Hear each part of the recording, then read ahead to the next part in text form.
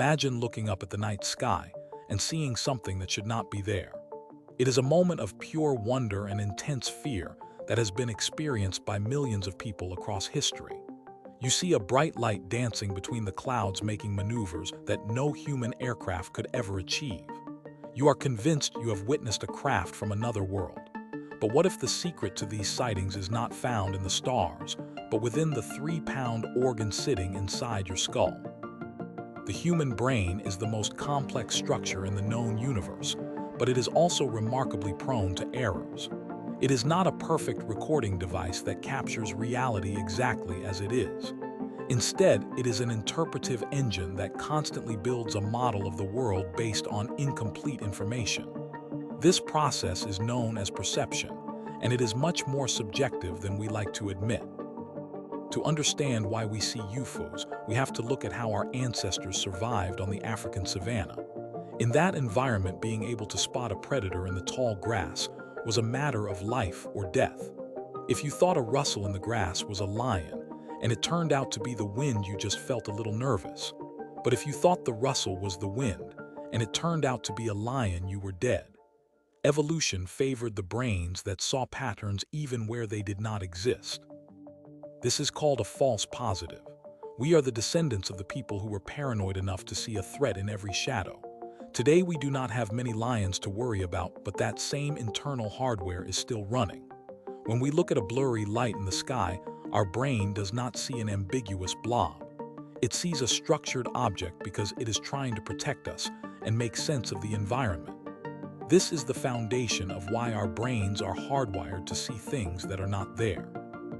One of the most common ways this manifests is through a phenomenon called pareidolia. This is the tendency to see familiar shapes or faces in random stimuli.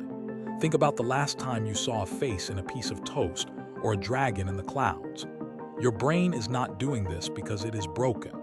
It is doing this because it is highly specialized for social interaction. We have a specific part of the brain called the fusiform face area that is dedicated solely to recognizing faces. It is so sensitive that it often triggers on things that only vaguely resemble a face. When people see a UFO, they often report seeing windows or doors or even small figures inside. In many cases, these details are added by the brain to help categorize the object. The brain hates mystery and will go to great lengths to provide a clear answer. This is why a grainy photo of a weather balloon can look like a high-tech saucer to a witness. Their brain is literally filling in the gaps with the most interesting possibility available. Another major factor is the way our eyes actually process light. We have a blind spot in each eye where the optic nerve attaches to the retina. Our brain hides this from us by filling in the missing part of the picture with surrounding data. This means that a large portion of what you see at any given moment is a fabrication. When you are looking at a dark sky, your brain is doing an incredible amount of heavy lifting to create a smooth image. This creates plenty of opportunities for glitches. For instance, there is something called the Autokinetic Effect. If you stare at a single point of light in an otherwise dark environment, that light will appear to move. This happens because your eyes are never truly still. They make tiny movements called microsaccades to keep the photoreceptors from fatiguing. Usually your brain uses the surrounding environment as a reference point to cancel out this motion. But in the void of the night sky, there are no reference points. Your brain sees the movement of the eye and attributes it to the light itself. This leads people to report UFOs that zip around at impossible speeds, when in reality they were looking at a stationary star. Then there is the role of expectation and priming. Our brains use something called top-down processing, which means our existing knowledge and beliefs influence what we perceive. If you have been immersed in stories about extraterrestrial visitors, your brain is already looking for evidence. This is like a filter that you wear over your eyes. When you see something strange, you do not ask, "What is that?" but instead you ask, "Is that a UFO?" This subtle shift in questioning changes how your brain interprets the visual signal. You are more likely to ignore mundane explanations and focus on the details that support your belief. This is a form of confirmation bias that happens at a neurological level. It is not that people are lying about what they saw, but that their brains have presented them with a filtered version of reality. Cultural influence plays a huge role in this. Before the age of flight, people often reported seeing flying shields or celestial chariots. After the Industrial Revolution, sightings shifted to mechanical airships. In the atomic age, they became silver saucers. The brain uses the technology of the day as a template to explain the unknown. This shows that the phenomenon is deeply tied to our collective imagination. There is also a fascinating neurological link between certain parts of the brain and the feeling of being watched or visited. Research into the temporal lobes has shown that electromagnetic stimulation can trigger the sensation of a presence in the room.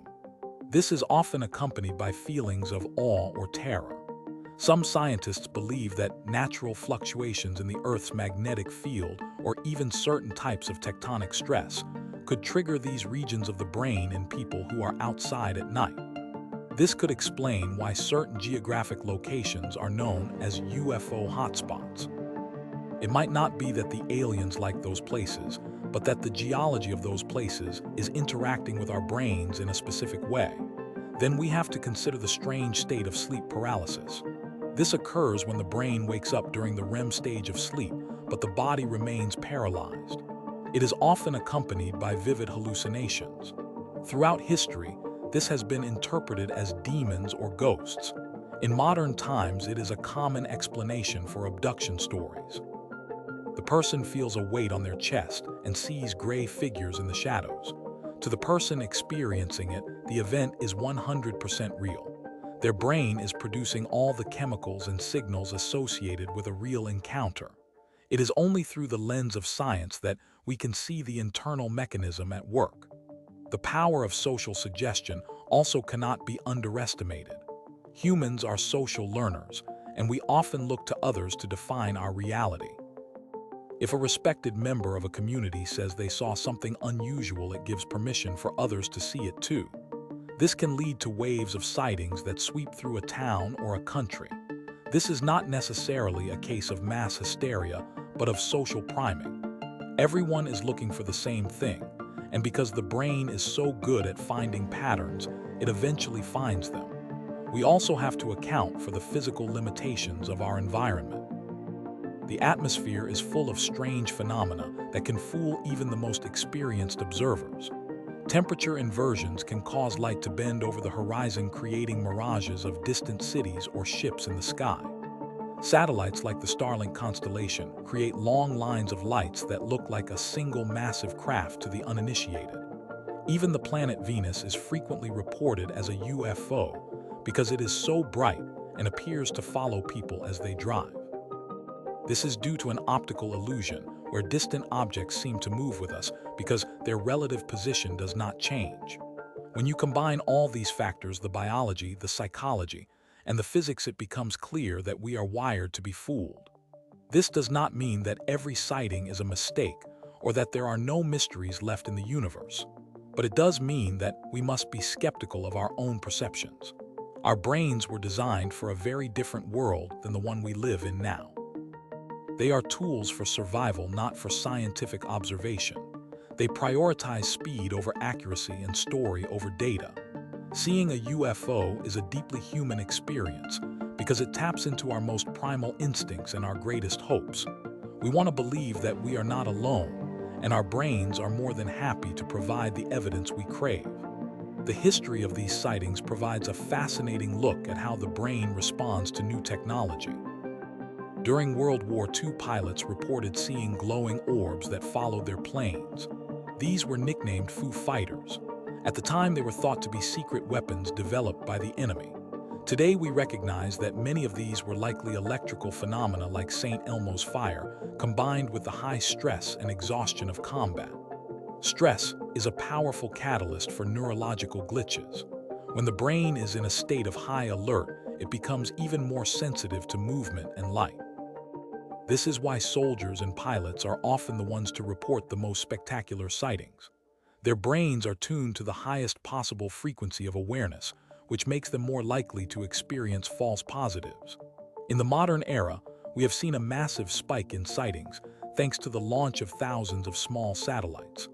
These objects reflect sunlight and create patterns that have never been seen in human history. To an untrained eye, a train of 60 satellites looks like a massive mothership. Even though we know what they are, our brains still struggle to process the scale and speed of these objects. It is a reminder that our environment is changing faster than our biology can keep up. We are living in a high-tech world with a Paleolithic brain, and the friction between the two creates the sparks we call UFOs. It is a beautiful irony that the same brain that allows us to build telescopes and travel to the moon is the same one that tricks us into seeing ghosts in the machine. Understanding the hardware of our minds does not take away the magic of the night sky, but it does give us a better map for navigating it. We are creatures of pattern and light, forever searching for meaning in the dark. And as long as we have these brains, we will continue to look up and see things that defy explanation, because that is exactly what we were built to do. The mystery of the UFO is ultimately the mystery of ourselves. We are looking into a mirror every time we look at the stars. Our perception is a bridge between the external world and our internal landscape. When those two things collide, we get the phenomenon of the unidentified flying object. It is a testament to the power of the human imagination and the complexity of our neurological wiring. Even if we never find life on other planets, we have found something equally incredible within our own minds. We have the ability to dream while wide awake and to find wonder in the simplest of lights. So the next time you see something strange in the heavens, take a moment to appreciate the incredible processing power that is allowing you to see it. Your brain is working overtime to turn a flicker of light into a story of cosmic proportions. That is the real miracle, and it is happening every single second of your life. Whether they are out there or not, the aliens have already landed in our subconscious, and they are here to stay as long as we keep looking up with wonder. We are living in an age of information, but our senses are still rooted in the ancient past. Every time a new technology emerges, like drones or high-altitude balloons, our brains have to categorize them using the old software. This lag creates a space where the supernatural can thrive. The sheer speed of modern life means we often see things for only a fraction of a second, which is just enough time for the brain to invent a detail that was not there. If you catch a glimpse of a drone at night, your brain might not have enough data to identify the propellers, but it has plenty of data to identify a saucer. It chooses the most dramatic option because drama is memorable, and memorable things help us learn and survive. We also have to consider the role of the amygdala, which is the brain's emotional center. When we are startled or curious, the amygdala sends signals that can sharpen or distort our vision based on our level of fear. A fearful brain sees a threat, while a curious brain sees a miracle. This explains why UFO sightings can be so emotionally charged. They are not just intellectual puzzles, they are visceral experiences that stay with a person for their entire life. The brain marks these memories with high importance, making them feel even more vivid and accurate than they actually are. Over time, we might even unconsciously add details to the memory to make the story more coherent. This is called memory reconstruction, and it is a standard feature of human cognition. By the time someone tells their story for the 10th time, the UFO has become more metallic, the lights have become brighter, and the movements have become more impossible. This is not lying, it is just the way the brain maintains its narrative. We are all unreliable narrators of our own lives. And in the vast dark theater of the night sky, our brains are the directors, writers, and lead actors in a play that has been running for thousands of years. The search for extraterrestrial life is one of the most noble quests of humanity, but the search to understand the human mind is just as important. By learning how we are hardwired to see the impossible, we can start to separate the truth from the illusion. We can learn to trust our instruments more and our instincts a little less when it comes to the complex world of atmospheric physics. But even with all the science in the world, the feeling of seeing a UFO will never lose its power.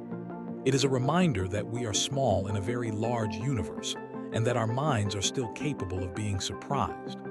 That sense of surprise is what drives us to explore, to ask questions, and to keep looking up. The brain may be tricked, but the heart is always honest in its search for meaning. And as long as there are stars in the sky and brains to see them, the mystery of the UFO will endure as a beautiful glitch in the human experience. We are truly the architects of our own reality, and the universe is our canvas. Every flash of light is a question, and our minds are the answers.